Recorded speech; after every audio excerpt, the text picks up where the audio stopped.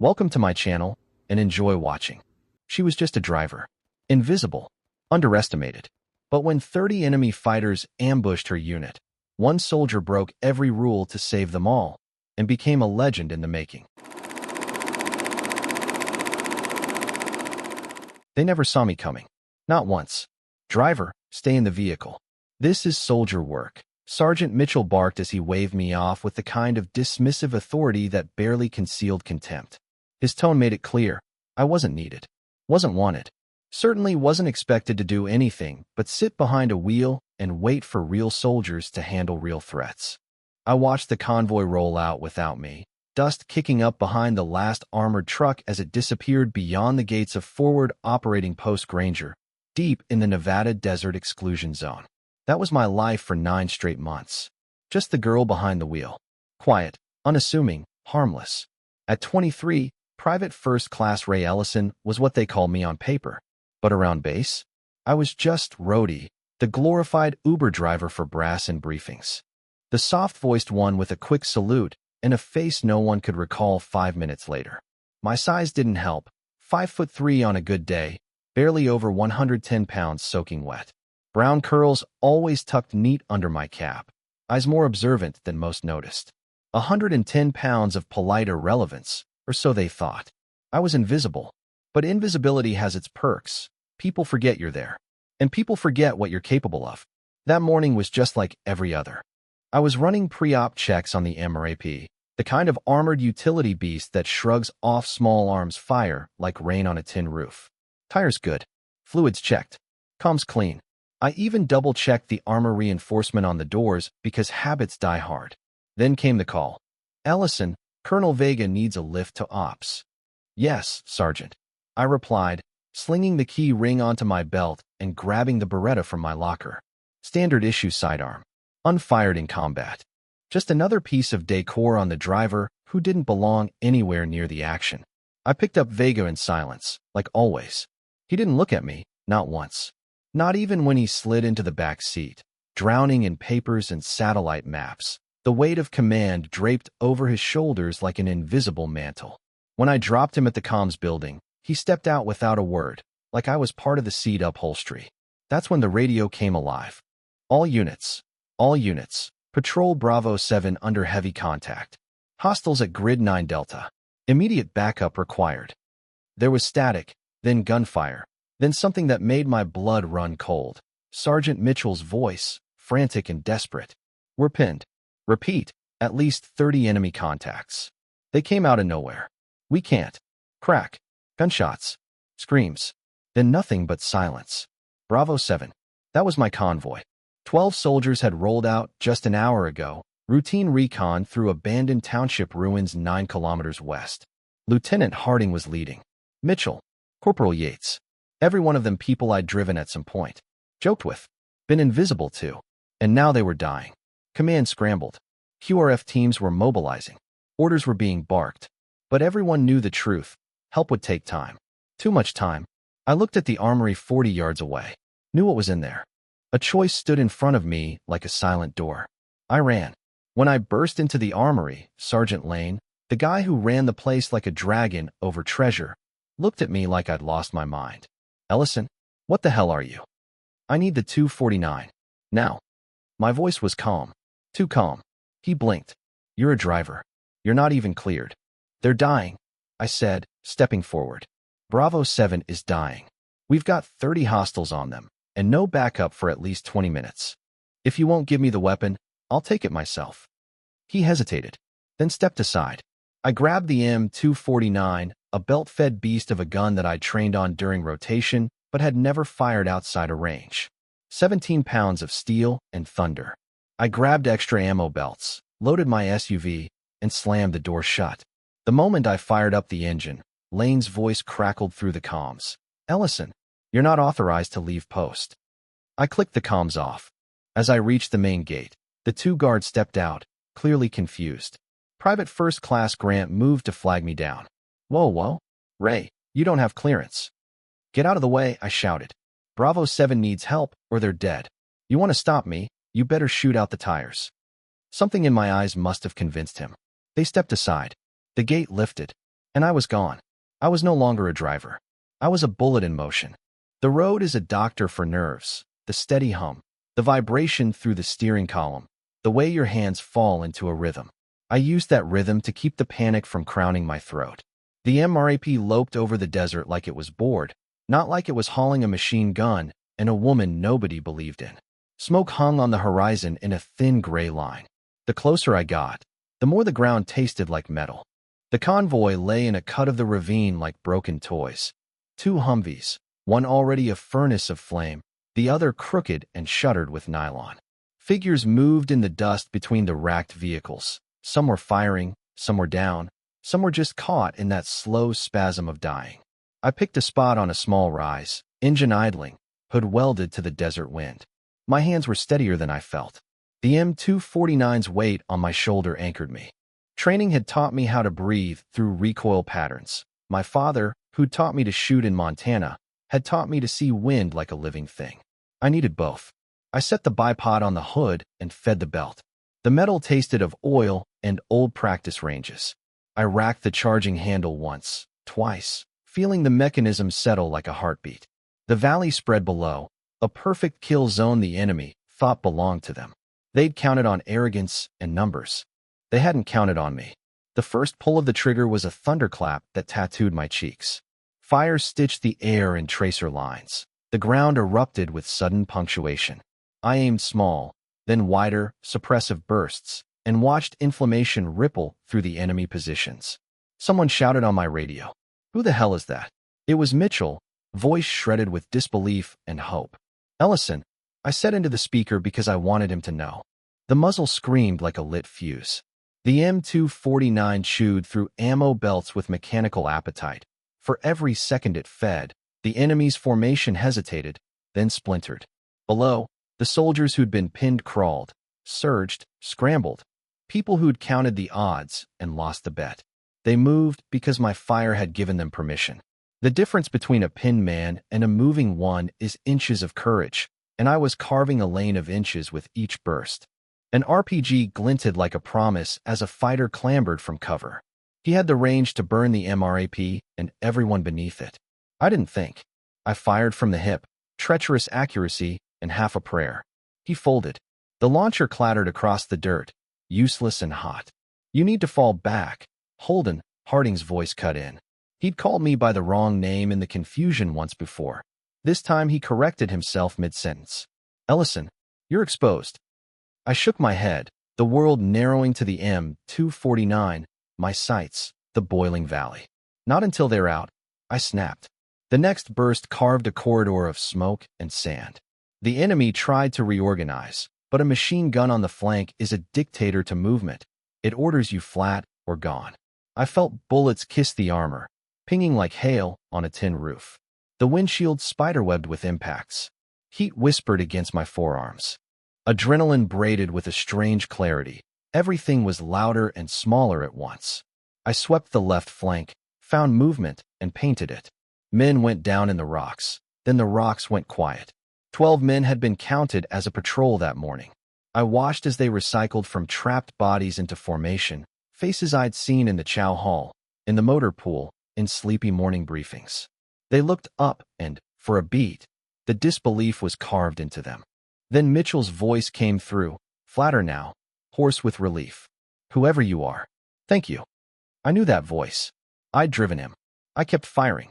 We weren't out of the danger. The ambush had been bait, a detail I felt in my teeth. The valley's hush was the kind that makes you listen for the next sound. I tasted victory and knew it could be revoked in a single shot. I had bought them time. The price to pay for the next hour might be higher than I could afford. They shouted over the radio, "Report to base on return. Authorization pending." There was a tremor of something official in that. Praise and paperwork started sounding like different kinds of danger. I should have thought of consequences. I should have imagined the brass's sharp eyes and echoing words like unauthorized, court-martial, breach of protocol. For 3 hours my mind would be all gun smoke and sand and the faces of men who would still be breathing because I had not obeyed the rulebook. But in that moment, none of that mattered. The M249 was hot. The MRAP held, and 12 men were standing. I watched them climb back into the world, and then, very slowly. I smiled even while the desert kept humming with the aftershocks. We moved toward the extraction point under cover of the confusion I'd made. As I drove, the field hummed with radio check-ins and the murmured math of counting the dead and the saved. I felt something shift in the cabs behind me, the kind of recognition that is paid with silence and salutes. When I crossed back through the gate, the base was not the same place I'd left. Soldiers lined the road, faces pulled long. Somewhere behind me, Colonel Vega was on his feet. I gripped the wheel and tried to steady my hands for whatever awaited. Orders were coming in, official and sharp. I could hear them clear as bells. There would be questions. There would be forms. There would be a morning that asked for explanations I did not have the time to craft. But for now, there was a moment of something else, a small, raw applause erupting like pebbles in a tin can as I rolled past. Heads turned. Some saluted. Some simply watched, and in their looking I felt the old box of driver begin to crack. I parked the MRAP. I climbed out with sand in my boots and gun oil on my palms. They all looked at me in a way they'd never looked before. Sergeant Lane's face creased like a stone. Colonel Vega's jaw had tightened into something unreadable. "Private Ellison," he said finally. His voice held a gravity that could not be faked. "Explain." I opened my mouth to tell the truth. Before the words could find themselves, Sergeant Mitchell stepped forward, saluted, and then did something rarer than a salute. He said my name without apology. "You saved my patrol," he said. "You drove into hell and pulled us back." The crowd inhaled. The silence that followed was not empty. It was expectant, like the desert holding its breath before a storm. Colonel Vega's eyes drilled into mine like they were looking for cracks. I stood at attention, fingers stiff at my sides, the M249 slung over my shoulder, blackened from fire, but still cooling from what it had just done. From what I had just done. "You left the base without orders," he said. "You took military equipment from the armory without authorization. You bypassed the chain of command." Each word was a blow I'd expected, maybe even welcomed, because I knew how this worked. Hero or not, the army had rules, and I'd broken a damn lot of them. "Yes, sir," I replied. No excuses, no qualifiers, just the truth. He paused. Behind him, base personnel waited, breathless. Every eye trained on the outcome. 12 soldiers who'd once walked past me like I was scenery now stood watching. Mitchell was at the front of them, bruised, burned, bleeding from a shoulder graze, but standing taller than I'd ever seen him. Then the colonel said something that caught even me off guard. "You also eliminated a superior enemy force, stabilized a combat situation, and saved an entire patrol from annihilation." He stepped closer. "You understand what that means, Private?" My voice faltered. "I did what I had to do, sir." "No," he said, sharper now. "You did what most wouldn't, what few could, and you did it right." A murmur rose behind him. Not disbelief, confirmation. From the crowd, Lieutenant Harding stepped forward. "Sir, I can confirm it. We would have been gone if she hadn't opened fire when she did. 30 hostiles, at least, and she hit like she'd been born in the fight. Gave us enough to move, return fire, reorganize." Colonel Vega's jaw twitched, but not with irritation. With something closer to decision. "You know what's at stake, Ellison. You acted without clearance. Under normal conditions, this is a court-martial." "I know, sir. Do you regret it?" I thought about the valley, the broken radios, the face of the man with the RPG, the way Mitchell had shouted thank you over the comms like it was a lifeline. I straightened my spine. "No, sir." He didn't blink. "Good." Then he reached into his jacket and pulled out something small and glinting. A silver insignia, sharp-edged, unmistakable. "Base command will issue a formal ruling within 72 hours, he said. "But I'm making this clear now. You're no longer just a driver." He placed the insignia in my hand. "You're being recommended for the Silver Star." The silence broke like glass. Voices erupted behind him. Not cheers, not yet, but affirmations. Officers nodded. Medics murmured. Sergeants exchanged glances that meant only one thing. They'd seen a shift. One of their own had been made new. A new voice cut through the commotion. "She shouldn't stay in transport." It was Lieutenant Harding again. He stepped forward, removing a patch from his uniform and holding it out to me. "We've submitted a request to 2nd Battalion, 75th Ranger Regiment. They've accepted. They want her. Field promotion pending. Transfer by the end of the week. With her skill set, we'd be fools to keep her off the front." I looked at the patch. A red diamond. A golden dagger. Rangers. My breath caught. I had dreamed of that since before I wore a uniform. And now, it was real. Not as a fantasy, not as a whisper. As a next step. Colonel Vega didn't wait for my answer. "Report to my office tomorrow at 0700 for your official orders," he said. Then he turned and walked off, voice trailing behind him. Dismissed. It was Harding who stepped next to me. "You okay, Ellison?" I nodded, but the moment hadn't landed yet. Not fully. My heart was still somewhere in the valley. My hands still remembered the weight of the saw. "I didn't plan any of this," I said quietly. "I just couldn't let them die." He nodded. "That's why it matters. That's why you matter." Around me, soldiers began moving again. Some approached and clapped my shoulder. Some saluted. Some just nodded, the kind of nod that says, "I see you now." The kind I'd never received before. Even Mitchell came up again. His arm was bandaged. His voice rough. "You proved me wrong," he said. "About everything. You called me a driver," I said, not accusing, just stating. He gave a weak smile. "Yeah, but that's not what you were today." He looked at the M249 still slung over my back. "You were the wall between us and death." I didn't know what to say, so I stood there in the wind, in the dust, feeling the shift in the world around me. Like something had cracked open, not broken, but freed. And I knew then that the cost of those choices, the risks, the punishments, didn't matter. Not when lives were on the line. Not when courage was the only thing left between survival and silence. They'd called me Roadie, a nickname no one thought twice about. But from that moment on, they'd call me something else. Warrior. I didn't sleep much that night. Not from guilt. I had none, but from the unraveling of adrenaline. Every time I closed my eyes, the scene came back. The cracked windshield, the scream of the M249, the enemy soldier with the RPG, the moment I stopped being what they assumed and became something they'd never expected.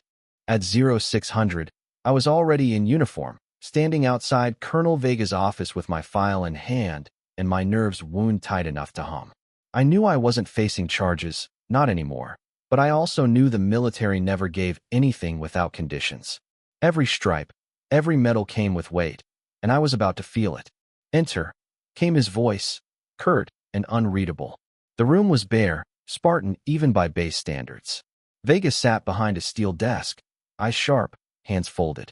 Beside him stood a woman I didn't recognize until I saw the rank. Colonel Marissa Talbot, 75th Ranger Regiment Liaison. She didn't smile. "Private Ellison," Vega said, motioning for me to stand at ease. "This is Colonel Talbot. She's here to confirm your transfer request." My heart kicked, once hard. "Yes, sir." Talbot stepped forward. "We've reviewed your engagement report. We've reviewed footage from the surviving drones. We've read your file and the testimonies from Echo Patrol." She paused. "And I'll be honest, we weren't sure what to make of you. Ma'am, you don't fit the model we trained for," she said, her tone sharp. "Your background is motor pool. You've never completed Ranger assessment. You don't have the physical metrics of our typical candidates. But," she held up a tablet, scrolling, "you outgunned 30 insurgents, repositioned under fire, and rescued 12 personnel while wounded." I blinked. "Wounded?" She tapped the screen. "Your right forearm. Burned by casing ejection. You didn't report it." I glanced down. The skin was pink, blistered in spots. I'd forgotten. I hadn't even noticed during the fight. "Pain's not important when others are bleeding worse," I said. Talbot raised an eyebrow. "That's a Ranger answer." She turned to Vega. "She'll do." That was it. No ceremony. No grand declaration. Just 3 words that would change the course of my entire life. Vega nodded, sliding a folder across the desk. "Your orders, Ellison. You'll report to Fort Fallon by 1800 tomorrow. Ranger orientation begins next cycle. You'll train under Special Reconnaissance Group Charlie." I took the folder. My hands didn't shake, not because I wasn't scared, but because something inside me had already decided I wasn't turning back. "Understood, sir." Talbot gave one last nod, then exited without another word. Rangers don't linger. Once we were alone, Vega leaned back, folding his arms. "You did good work, Ellison. Messy, insubordinate, wild as hell. But good." "Thank you, sir." He leaned forward, dropping his voice. "But I need you to know something. What you did, that wasn't just heroism. It was a pivot point. We've been losing ground here for months. Not physically, but in morale. You cracked that open. You reminded everyone that rules are tools, not walls. I nodded. I didn't do it for morale. No, he said. You did it because it was right. Which is why it worked. I left his office with the folder tucked under my arm and a storm of thoughts in my head. The sun was rising now, painting the barracks in gold.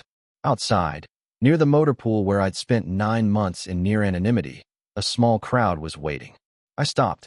Sergeant Lane was there, the armory chief. He held something wrapped in cloth. You're heading out, he said, not a question. Ranger training. Starts tomorrow. He handed me the bundle. Then you should take this. I unwrapped it. Inside was the M249 I'd fired, cleaned, oiled, with a brass plate riveted to the side. Private Ellison, 32 confirmed. Bravo 7, do not underestimate. My throat caught. Command approved it as a presentation piece, Lane said. They'll let you keep it until you're issued new gear. It's yours. Thank you, Sergeant. No, he said, stepping back to attention. Thank you. The others around him saluted. Some high, some casual, all meaningful. These were the same people who'd once called me Roadie, who'd never thought to ask who I really was beneath the cap and the steering wheel. Now they looked at me like something different, like a soldier who'd earned her place, not because of where she came from, but because of what she'd done. Just then, someone broke through the group, Sergeant Mitchell. He walked up slow, hesitant, and stopped in front of me. I've got something too, he said, reaching into his vest pocket. What he pulled out made my breath catch. It was Bravo 7's unit patch. You earned it. Not just the medal. Not just the orders. This. He held it out. You bled with us. You saved us. You belong with us. I took it with both hands. Clutched it like something sacred. I'll wear it with pride, Sergeant. He nodded, then gave me a crisp salute. When I returned with everything I had. That night, I packed my duffel under the stars of a desert sky. A patch over my heart, a rifle by my side, and the echoes of a convoy that nearly didn't make it back. All because one woman decided that being underestimated was the perfect cover for something greater. They had called me a driver. But by morning, I'd be something else entirely. I arrived at Fort Fallon just after 1700. The sky was bruising into dusk, and a dry wind cut across the tarmac like it had opinions. My duffel was slung over one shoulder, my M249 case in the other. Everything I owned in the world now fit into 2 containers and the weight of a story that traveled ahead of me. Ranger Assessment and Selection, known as RASP, wasn't designed to be welcoming. The compound looked like a prison crossed with a boot camp. Concrete, steel, sand, and very little ceremony. A sign read, Rangers lead the way. The words were carved, not painted, like they wanted to make sure they lasted longer than anyone who read them. A formation waited near the intake office. 40 others, men mostly, all taller than me, some twice my weight. Shaved heads, squared shoulders, and the unmistakable posture of people who'd been told they were the best their units had to offer. When I stepped into line, the air shifted. I felt it. The double takes, the curious glances, the thin veil of disbelief. A couple guys looked me over like they weren't sure if I was staff or a mistake. One snorted. Another whispered. Then the cadre arrived. 3 instructors. Harder than concrete and twice as unforgiving. One of them, Master Sergeant Brooks, stepped forward with a clipboard and a voice like thunder wrapped in sandpaper. You are not soldiers here, he barked. You are candidates. You will not speak unless spoken to. You will not move unless commanded. And you will not, ever, call yourselves Rangers until we put that tab on your shoulder. Understood? Yes, Sergeant, the group thundered. Brooks paced the line slowly, eyes scanning, noting. When he reached me, he stopped. His gaze raked me up and down, not leering, just evaluating. Name: Private First Class Rae Ellison, sir. Ellison, he repeated, flipping a page. Motorpool, Camp Granite. You're the one from the ambush. I nodded. Yes, Sergeant. He didn't blink. That M249 yours. It is now. A flicker, not quite a smile, but close enough to count. Well then, he said, let's see if you shoot as well as you drive. He kept walking. The others stared at me like I'd sprouted a second head. They'd heard. That night, we were quartered in barracks that made my old motorpool bunk feel like a Hilton. Cold concrete. Rigid cots. 1 small locker per person. The lights flicked off at 2100 sharp. But sleep didn't come easy. Not because I was afraid, though I was. Fear isn't weakness, it's an early warning system. What kept me awake was the pressure. Back at Granite, I'd had the luxury of invisibility. Here, every eye tracked me. Every mistake would be measured against expectations I hadn't created, but now had to live up to. I was the woman from Bravo 7. The base driver who stole a saw and broke an ambush. And I had to prove that it hadn't been luck, that it hadn't been adrenaline, that it hadn't been a fluke. The next morning at 0430, the fire started. Literally and figuratively. Physical assessment first. 5-mile run in full kit. Obstacle course with a 50-pound ruck. Weapons drills. Then the kill house. Sim rounds in a simulated village. The instructors watched everything. I could feel Brooks behind me during the entire kill house exercise, noting how I moved, when I breathed, where my muzzle tracked. After my last shot, I called clear and stepped outside. He met me at the door. "Good grouping," he said, glancing at my target sheet. "Fast transitions." "Thank you, Sergeant. You're not here by accident." "No, Sergeant." Then, he leaned in a fraction. "But one good firefight doesn't make you a ranger. You want that tab? You earn it again every single day you wear it." "I will." He stared a moment longer, then nodded once. "Keep moving." By the end of the week, I'd passed every test. Not cleanly. I wasn't the fastest, the strongest, or the most technical. But I was consistent. I didn't break. I didn't fold. And more importantly, I didn't give anyone a chance to say I didn't belong. One night, after a particularly brutal land NAV exercise where half the candidates got turned around in the dark, I made it back first.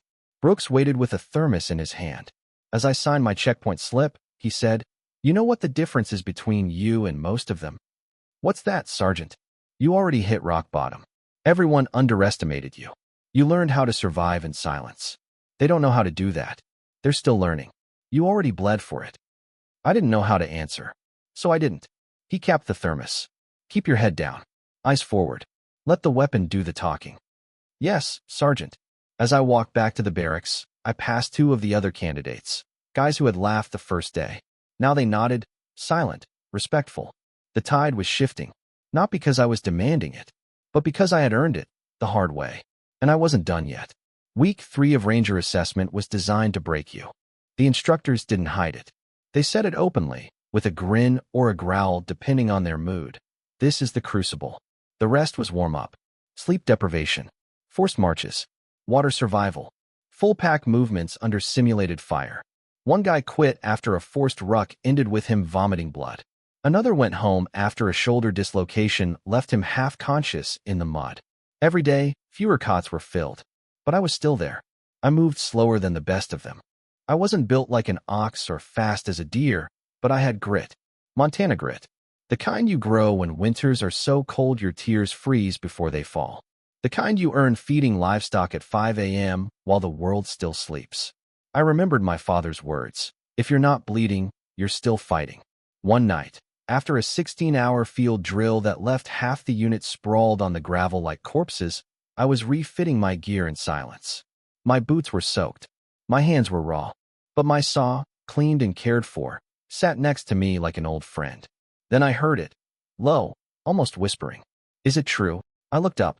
Candidate Rivas. Tall. Sharp eyes. He hadn't spoken to me once in 3 weeks. "Is what true?" I asked. "That you dropped 30 insurgents in one engagement." I didn't answer right away, because that wasn't the truth. 32 confirmed. But no one fights alone. He nodded slowly, absorbing it. "You were just a driver?" "I was always a soldier," I said quietly. "They just couldn't see it." He didn't laugh, didn't smirk. He just said, "Hell of a thing," and walked off. The next day, I noticed a change. The guys stopped calling me Tiny or Motorpool. They stopped questioning my spot. Instead, they watched me, not with doubt, but with expectation. They wanted to see what came next. And what came next was fire. It started as a controlled demolition exercise. Breach and clear. Explosives set on mock targets. But a miscalculation in one of the fire lanes, an instructor's error, triggered a chain reaction. One of the training sheds went up faster than anyone expected. The wind caught it, turned smoke into a wall, heat into a furnace. In the chaos, people scattered. Brooks yelled for a count. Cadre shouted orders. That's when I heard it, the scream, from inside the blaze. One of the junior instructors, Sergeant Kale, hadn't made it out. I didn't think. I just moved. Gas mask on. Saw dropped. I grabbed a fire blanket from the safety cart, wrapped it around myself, and ran headfirst into the smoke. The heat hit like a hammer. Vision collapsed into ash and shadow. I followed the sound. Found him near the rear corner, pinned by a collapsed beam, coughing blood. His leg was bent wrong, but he was still conscious. He blinked. Ellison. Yeah, I said, shouldering the beam with everything I had. You look like hell. You're insane. You're not wrong. The beam gave way enough for me to drag him out. Every inch was agony. My lungs screamed. The world pulsed black around the edges. But we made it. When we burst through the smoke, the compound froze. Instructors, cadets, everyone. I collapsed onto the dirt. Kale coughed hard, but alive. Brooks was there in seconds. You just ran into a fire, he said flatly. Didn't seem like a good day to let someone die, I rasped. He stared at me like he was seeing me for the first time. Not as a woman, not as a driver, not even as a soldier, but as something else, something rare. That night, after Kale was medevaced and the fire was extinguished, the instructors held an unofficial meeting. They called it unofficial because the military doesn't hand out praise easily. But this crossed a line. Brooks found me in the barracks. Ellison, he said, handing me a sealed envelope. From command. I opened it. Inside was a letter of commendation from the regiment CO. It read, for actions above and beyond the call of duty during RASP training exercise 5-22, Private First Class Riley Ellison demonstrated selfless courage and rapid decision-making under extreme conditions. Such actions are in keeping with the highest traditions of the Ranger Regiment. At the bottom was a note handwritten in red ink. You were a ghost in the fire. We need ghosts like you. My hands trembled slightly. Not from fear. From knowing that I was one step closer. To the tab. To the title. To being more than the label they gave me. A Ranger. 2 days after the fire, they handed us the tabs. Not to keep. Not yet. Just to wear for one day. A psychological test, they said. To see how we'd act if we thought we'd already made it. Some strutted. Some slowed down. A few joked like they were invincible. I wore mine like it was borrowed time. Because I knew better. The real test came at 0300. Black bag over the head. No warning. No gear. Move, someone barked. We were loaded into a truck. Driven for hours. When the bag came off, I was in the middle of nowhere, freezing, surrounded by scrub and stars. A laminated card was shoved into my chest. Objective, navigate to extraction. No compass. No GPS. Just this map. Time limit, 12 hours. Penalty for failure, start over. I looked around. No sign of anyone else. Just me. The desert. And the Ranger tab on my shoulder, daring me to prove I deserved it. I moved fast. The stars gave me direction. The terrain gave me hell. Every ridge I crossed looked like the last. Every noise in the dark made my hand twitch toward a weapon I didn't have. There were no markers. No voices. Just wind and the crunch of my boots. Hours passed. My legs burned. My lips cracked. I rationed water down to sips. But I kept going. Because behind every blister was the memory of Bravo 7. Of smoke and steel and the scream of a machine gun. Because I'd earned this test, now I had to earn the finish. Near hour 11, I crested the last ridge. There, waiting, was a single Humvee and Master Sergeant Brooks, arms crossed, unimpressed. You're late, he said. I checked the time. 1 minute passed. I had to make sure, I said, gasping, that I wasn't just chasing the dream. He handed me a water bottle. Then, silently, reached into his pack. Out came a Ranger tab, the real one. Sewn, official, final. He held it out. No more tests, Ellison. You're not chasing anything anymore. That night, they stitched the tab onto my uniform. No speech. No ceremony. Just needle and thread, passed hand to hand, like a sacred ritual among warriors. I sat alone for a while after that. Not out of isolation, but reflection. In my lap sat the M249, the brass plate still gleaming. PFCR, Ellison, 32 confirmed. Bravo 7, do not underestimate. That rifle had changed me. Not because of what it did, but because of what it proved. I remembered Sergeant Lane's words. We judge soldiers by actions, not assumptions. He'd been right. I had bled, fired, and fought through more than most of the men beside me, and not to prove I belonged, but to remind them I already did. At 0400, I stood with my squad. Now my squad. Not a candidate. Not a guest. A ranger. When the mission call came, I loaded my gear, slung the M249 over my shoulder, and climbed into the bird. No one questioned me. No one hesitated. They'd seen the fire. Now, they knew I carried it.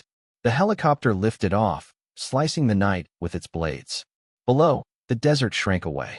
Ahead, the mission waited, details classified, location undisclosed. But that didn't matter. What mattered was who we were now. I glanced around the bird. Every man beside me wore the same tab, Ranger, but they looked at me differently now.